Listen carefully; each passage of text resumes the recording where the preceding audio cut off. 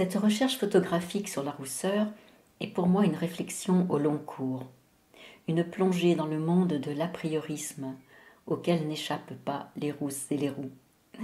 Toute petite, j'ai compris que mes cheveux étaient différents. Même si je n'ai pas eu vraiment à souffrir de cette particularité, les commentaires étaient plutôt élogieux, parfois même des doigts se perdaient dans mes bouclettes. Ça m'agaçait un peu, mais c'était supportable. Cependant, avec le recul, mon attitude était étrange. J'évitais soigneusement les autres enfants roux.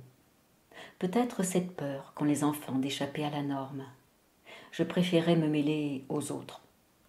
Puis, le temps passant, j'ai aimé me retrouver avec mes fauves congénères. Ce projet photo est venu vers moi pas à pas et j'ai commencé par cet épisode que j'ai intitulé Portrait de famille. Avec mon partenaire Thomas Rezendes, nous avons animé des rencontres incluant exposition de photos, lecture de textes, musique, que nous avons nommées Apéro. Nous avons pu présenter les 3 premiers à Arcueil, accueillis par Anis Gras, le lieu de l'autre. Nous accompagnons la succession d'images que vous allez découvrir, de textes, qu'ils soient d'auteurs reconnus ou écrits par mes modèles. Thomas et moi les avons enregistrés. Ce premier texte, écrit par Flaubert, nous parle bien des idées toutes faites. Nous espérons que vous passerez d'agréables moments en notre compagnie. Merci.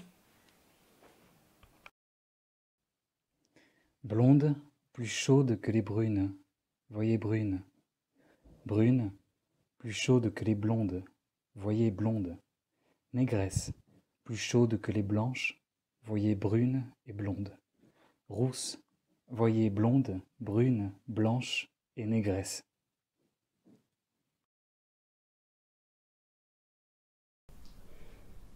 Allez les mecs, tapez-lui dessus, qu'il ait plus jamais le culot de remettre les pieds dans cette rue.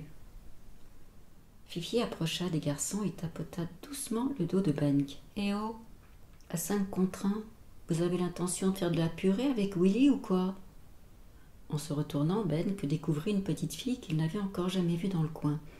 Une drôle de petite fille qui osait le toucher, lui, le grand Benk. Il en resta bouche bée. Puis un grand sourire narquois lui barra le visage. « Hé, les mecs, lâchez Willy, regardez-moi cette fille. Quelle minette !» En un instant, Fifi était entourée par les garçons, excepté Willy, qui en avait profité pour se réfugier près de Tommy et sécher ses larmes. « Non mais vous avez vu cette tignasse, une vraie flamme, et puis ses pompes. Dis donc, tu m'en prêtes une? J'ai pas de bateau, moi. » Beng saisit une natte de Fifi et la relâcha tout de suite. « Aïe, aïe, aïe, je me suis brûlée !» Les 5 garçons se mirent à sauter autour de Fifi en criant « Vilain petit chaperon rouge, poil de carotte, rouquinette !» Fifi les regardait en souriant gentiment. Beng avait espéré la mettre en colère, la faire pleurer, ou au moins lui faire peur. Comme c'était peine perdue, il la poussa d'un grand coup. « J'ai pas l'impression que tu connaisses les bonnes manières avec les dames, » dit Fifi. Sur ce, elle empoigna Benk de ses bras costauds, le souleva et l'accrocha à une branche d'un bouleau qui se trouvait juste à côté.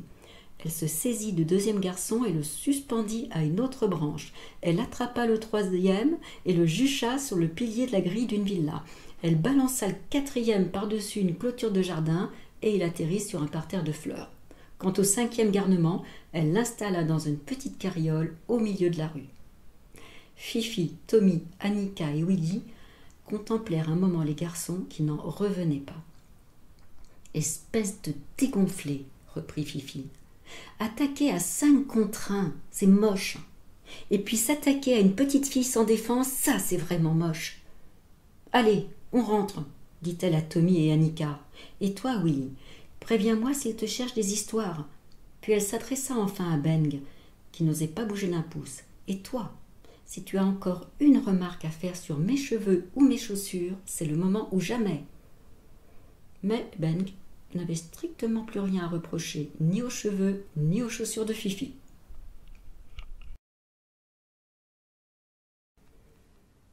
Le chat hirsute et la poule qui louche juge les aspirations du petit canard stupides et absurdes, ce qui nous donne un aperçu de la susceptibilité et des valeurs de ceux qui dénigrent les êtres différents d'eux. Qui attendrait d'un chat qu'il aime l'eau, d'une poule qu'elle aille nager?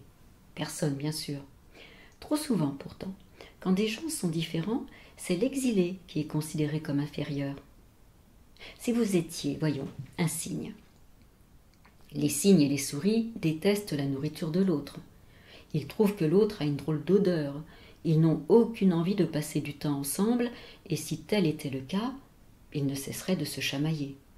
Et si vous, cygne, étiez obligé de prétendre être une souris, une boule de fourrure grise, minuscule, avec une longue queue maigre, si vous essayiez de filer à ras du sol et qu'au lieu de ça, vous vous dandiniez, ne seriez-vous pas l'animal le plus malheureux du monde?